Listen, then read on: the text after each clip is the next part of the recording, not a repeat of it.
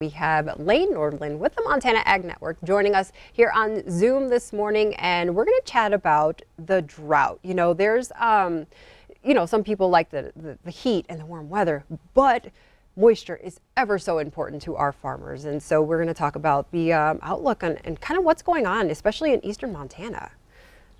Hey, good morning, Victoria. Thanks for having me on here this morning. Yeah, when we look at the drought conditions, and I want to jump back to last summer. If you recall, we had those plagues of grasshoppers that just decimated so many of the crops in the rangeland. That's impacted a lot of producers in eastern Montana, especially during their winter grazing pastures. Not a lot of excess feed, but yesterday that new U.S. Drought Monitor report came out, and as we look at Montana, it's so disheartening to see these figures. And compared to the rest of the nation, Montana is actually sitting pretty well compared to the Southwest. But when we see 88% of the state abnormally dry, 62 moderate drought levels, but really that extreme drought, 10% of the state in dark red there in the northeast and eastern parts. That's really discouraging, mainly because what are these wheat crops going to look like? Is the winter wheat going to look well? Is spring wheat even going to get planted? And are ranchers going to be able to graze this summer? That's one of the bigger issues there, too. If there's no grass in eastern Montana, folks are going to have to either feed hay or they're going to have to liquidate their herds, making them smaller, influx of cattle heading to town. This all has an impact on farmers and ranchers' bottom lines, these rural communities' bottom lines, and it has an impact on the ag markets as well.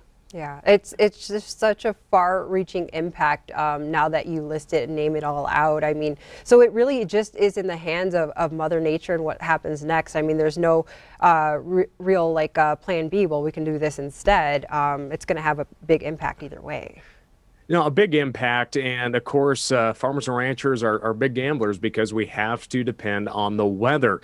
But of course, when there is weather issues, that usually does help prices, especially on the grain side of things. Just yesterday, we saw record high prices for wheat, corn, and soybeans, mainly due to China's demand for grains. But we're seeing these drought conditions continue in the U.S., and that's actually helping spring wheat prices and winter wheat prices here in Montana. But again, no one wants drought, but weather always helps prices out. Somebody always benefits from someone else's misfortune. And I want our Montana producers to get the best price and have the best moisture out there. But there is some positive news, not a lot of details out, but yesterday the Biden administration created the National Climate Task Force, not created, but gathered it. And USDA and the Department of Interior have been tasked of working together to help bring possible financial assistance to Western producers impacted by drought, and also look at long-term drought resiliency. So not a lot of details there, but hopefully there may be some drought assistance for producers here this summer. All right. Yeah, we'll have to keep our eye on the developments with that. And now part two to this interview. I noticed you recently shaved. Was that a winter thing or?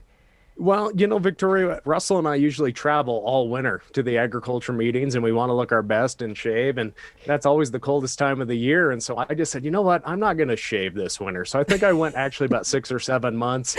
And then I'm like, you know what? I when we were down in Florida, Russell and I with beef and sweats for dinner, I'm like, I probably had some pretty good tan lines. So I shaved her off and let the razor burn kick in. So. All right. Well, either way, it looks good. And thanks for letting me poke into your private life a little, Lane. Good to see you. And you take care. Thank you so much. See you. Have a good morning. Thanks. You too. We'll be back after this.